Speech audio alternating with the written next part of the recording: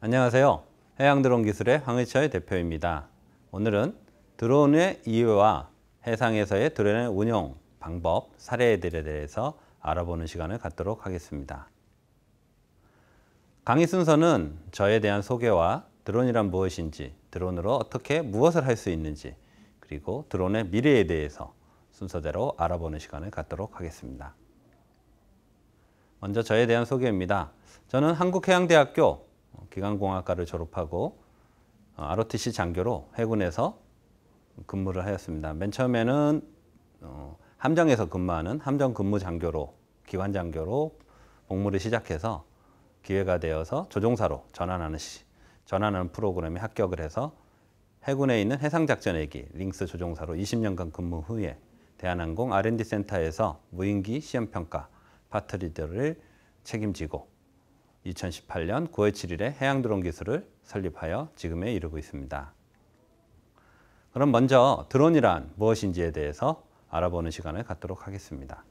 드론은 조종사가 비행체에 직접 탑승하지 않고 지상에서 원격 조종으로 사전 프로그램된 경로를 자동 또는 반자동, 어떻게 보면 좀 수동이죠. 수동으로 자유비행하는 시스템을 말합니다. 지금 화면에서 보시듯이 리모컨을 가지고 우리가 TV나 다양한 장비들을 조종하듯이 똑같이 리모컨으로, 조종기라고 하는데 리모컨으로 조종하는 것을 말합니다. 드론의 원적 의미는 숯벌에서 파생이 되었는데요. 왜 숯벌하고 관련이 있을까요? 드론의 비행 소리가 윙윙거려서 그것은 숯벌이 날아다니는 소리와 비슷하다 해서 드론이라고 하고 있습니다. 지금 세 가지의 그림이 여러분 앞에 놓여 있습니다. 여기서 드론은 무엇일까요? 가운데 있는 종이 비행기는 당연히 아니겠죠? 그럼 오른쪽에 있는 사람이 탑승하는 드론입니다. 사람이 탑승해서 조종도 할 수 있고 리모트로 할 수 있지만 과연 진정한 의미에서의 지금 현재 드론의 의미는 무엇일까요? 맨 앞에 보고 있는 사람이 조종하고 있는 이 부분을 드론이라고 지금 현재는 말할 수 있겠습니다. 드론에 작용하는 힘에 대해서 알아보도록 하겠습니다. 일반적인 비행 원리인데요. 드론은 4가지 힘을 작용을 해서 공중으로 날아다닐 수 있게 되는데요. 먼저 하늘로 올라갈 수 있는 양력, 그 다음에 앞으로 나아갈 수 있는 추력. 추력이 발생하게 되면 작용과 반작용의 원리에 의해서 뒤쪽으로 저항하는 항력이 생기고, 양력이 발생하게 되면 양력에 반대되는 힘인 중력이 발생하게 됩니다. 여러분들은 아마 중력에 대해서는 잘 알고 계시겠지만 나머지 힘에 대해서는 잘 모르고 계셨을 텐데요. 일반적으로 드론에 작용하는 힘은 비행기에 작용하는 힘과 동일합니다. 이번 페이지에서는 드론에 적용하는 힘에 대해서 알아보도록 하겠습니다. 드론도 비행 물체 중에 하나이기 때문에 3차원 공간에서는 날아다니기 위해서는 3가지의 힘이 작용합니다. 롤링, 피칭, 요잉, 이 3가지 힘이 작용을 하게 되고, 이 3가지 힘은 비행을 방해하는 힘이 되겠습니다. 따라서 이 3가지 힘을 정확하게 잘 조절해야지만이 드론은 앞으로, 그리고 여러분이 원하는 방향으로 날아가게 되겠습니다. 따라서 왼쪽에 있는 스틱은 위, 아래, 좌, 우로 움직이는 힘을 조정하게 됩니다. 드론이 전진하지는 않고 제자리에서 위로 상승하고 하강하고 제자리에서 왼쪽, 오른쪽 회전을 할 수 있는 키가 되겠으며, 오른쪽에 있는 조정 키는 드론을 전진하고 후진하고 좌측, 우측으로 비행할 수 있는 스틱이 되겠습니다. 이 두 스틱을 잘 조화롭게 움직여야지만이 드론은 여러분이 원하는 방향으로 비행을 할 수 있게 되겠습니다. 드론의 장점입니다. 무인기죠. 사람이 갈 수 없는 곳을 갈 수 있습니다. 그리고 정확하게 정지 비행이 되기 때문에 안정적으로 영상을 획득해서 목적에 부합하는 영상을 제공한다든지 아니면 화물을 운반한다든지 이런 것들을 할 수가 있겠고요. 수직 이착륙이기 때문에 좁은 공간에서도 운영이 가능합니다. 그럼 지금부터 본격적으로 해상에서 드론을 활용하는 것들에 대해서 알아보도록 하겠습니다. 보시는 영상은 드론이 해상으로 날아가고 있는데요. 어디서 이륙했죠? 선박에서 이륙해서 날아가고 있습니다. 해상에는 다양한 사건, 사고들이 일어나게 되고요. 그랬을 때 배보다 먼저 굉장히 빠른 속도로 날아가서 그 위치를 확인하고 상황을 전파할 수 있는 기능을 드론에서는 여러분들에게 제공해 줄 수 있습니다. 그래서 국가기관에서는 지금 다양한 드론들을 해상 및 육상에서 운영 중에 있습니다. 두 번째는 요즘은 드론에 여러분 뭘 가지고 있죠? 여러분들도 조그만 드론들을 가지고 계실 건데요. 완구용이든 취미용이든 촬영용이든 모두 카메라를 달고 있습니다. 카메라로 이렇게 많은 물체들을 보게 되는데요. 여러분들도 보시다시피 자동으로 탐지해 준다면 그 물체가 어디 있는지 알려준다면 굉장히 편하겠죠. 그래서 요즘은 AI, 객체 인식을 통해서 자동으로 해상이든 육상이든 움직이든 모든 물체를 찾아주고 있습니다. 드론을 활용해서 구조물 검사가 요즘 굉장히 많이 이루어지고 있습니다. 왼쪽에 있는 광안대교 교각을 일일이 사람들이 인원으로 검사를 하고 있는데요. 만약 오른쪽처럼 드론이 올라가서 사진으로, 영상으로 검사를 한다면 보다 안전하고 쉽게 검사가 가능해지게 돼서 좀 더 검사의 편의성을 증진할 수 있습니다. 새로운 사업입니다. 드론을 활용한 배송에 대해서 여러분들도 인터넷 또는 언론을 통해서 많이 접하셨을 건데요. 저희 회사 해양드론기술에서는 이미 해상에서 선박을 대상으로 드론을 활용해서 다양한 물건들을 보내주고 있습니다. 보시는 바와 같이 치킨, 피자, 햄버거, 한국 사람이면 누구나 좋아하는 회, 족발 등등 많은 물건들을 현재까지 220회 정도 배송을 완료했고요. 선원들이 굉장히 기뻐하고 좋아합니다. 세상에 배가 만들어진 이후에 현재까지 이러한 서비스는 없었고요. 이러한 서비스를 겪어본 우리 많은 선원들이 너무 행복했고 좋았다는 인터뷰 내용입니다.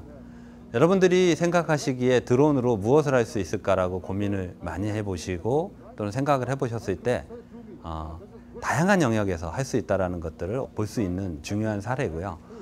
특히 생활에 밀접한, 여러분 생활들에 밀접하게 다가올 수 있는 분야입니다.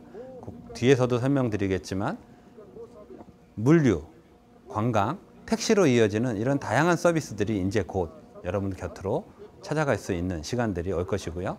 뒤쪽에서 다시 한번 그런 부분들에 대해서 설명해 드리도록 하겠습니다. 여러분들이 알고 있는 드론은 하늘을 날아다니는 드론이죠. 하지만 드론은 무인으로 움직이는 모든 것들을 드론이라고 할 수 있습니다. 특히 해상에서는 이렇게 수중에서 무인으로 운영되는 드론을 운영하게 되는데요. 특별하게는 ROV라고 명칭을 합니다. 간단하게 휴대를 해서 이런 ROV들을 운영하게 되어 있는데요. 이 ROV는 그럼 어떠한 목적으로 쓰일까요? 수중 검사라든지 그다음에 관광. 내가 스킨스쿠버를 하면서 물속에 들어가서 산호초도 보고 물고기도 보고 할 때 영상으로 남기고 싶습니다. 그러면 같이 동행하는 사람이 꼭 있어야 되는데 그 사람을 통해서 영상을 찍기는 사실 굉장히 시간적인 제한이 생기죠. 이 조그만 드론은 2시간 동안 물속에서 항해를 할 수가 있습니다. 그래서 여러분들이 스킨스쿠버를 하는 한 20분 정도의 시간 동안 따라다니면서 여러 가지 관광이라든지 체험 이것들을 다 녹화를 해줄 수가 있죠.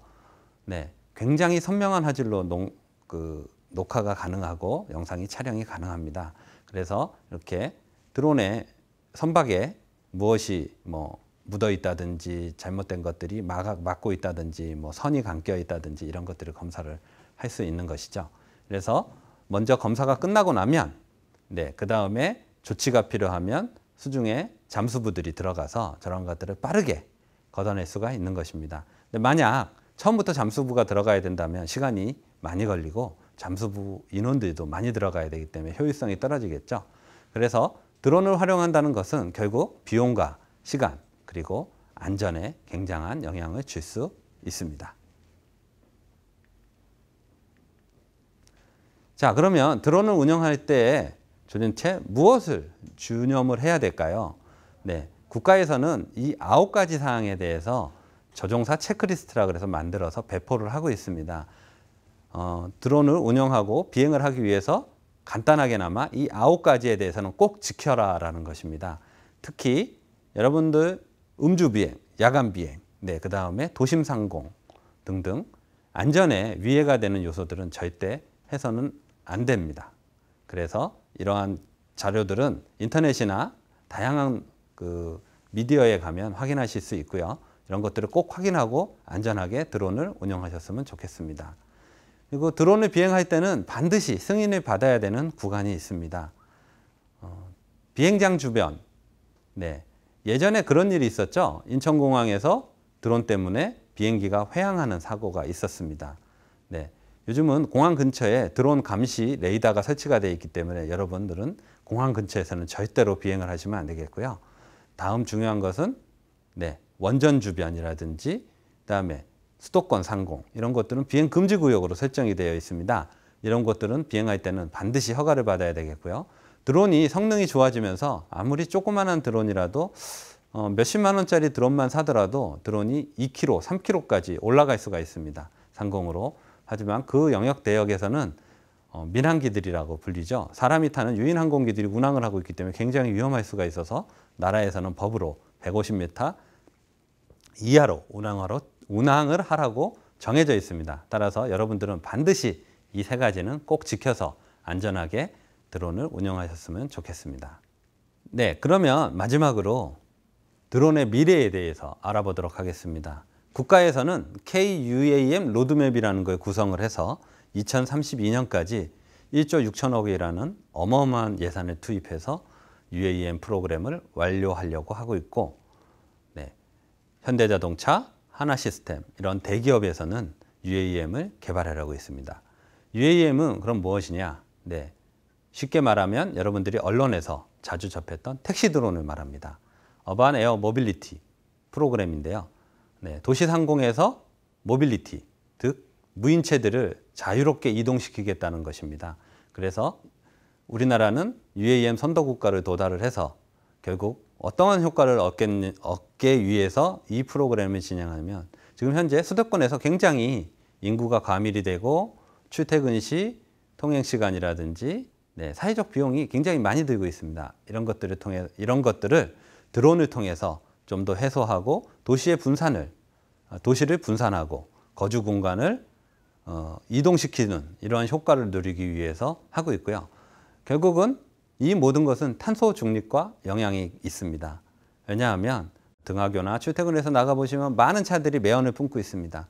그럼으로써 탄소가 굉장히 증가하게 되는데요.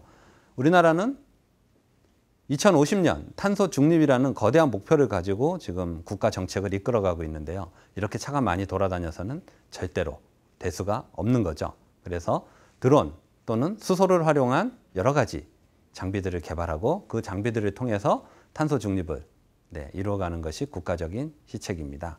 그래서 지금 현재는 준비기, 초기, 성장기, 성숙기로 봤을 때 초기 단계에 지금 저희 나라는 진입해 있습니다. 그래서 10년간의 프로젝트를 통해서 성숙기로 접어들기 위해서 많은 예산을 투입할 건데요. 여러분, 이 강의를 듣고 있는 여러분들에게 제가 한 가지 제안해 드리자면 드론이라는 것은 여러분들이 알고 있는 조그만 미니 드론으로 촬영을 하고 날려보고 그것도 좋지만 드론이 정말 마음에 들고 미래에 드론으로 무엇인가를 하겠다고 하는 우리 학생들이 있다면 이제부터는 무엇을 준비해야 되느냐? 사람이 타는 드론을 준비를 해야 됩니다. 거기에 대해서 알아보고 연구하고 드론에 대해서 차계적으로 학습해 나간다면 미래에 드론 시장에서, 드론 서비스 산업에서, 드론을 개발하는 사업에서 여러분들은 주도권을 가지고 나아갈 수 있고 또 확실한 직업을 가질 수 있을 것으로 저는 판단합니다. 지금까지 드론에 대해서 알아보는 시간을 가졌습니다. 좀 더 드론에 대해서 알고 싶고 궁금한 사항이 있으시면 언제든지 저희 회사 홈페이지에 있는 메일 주소로 저희에게 연락을 주신다면 여러분들에게 답변 드리도록 하겠습니다. 감사합니다.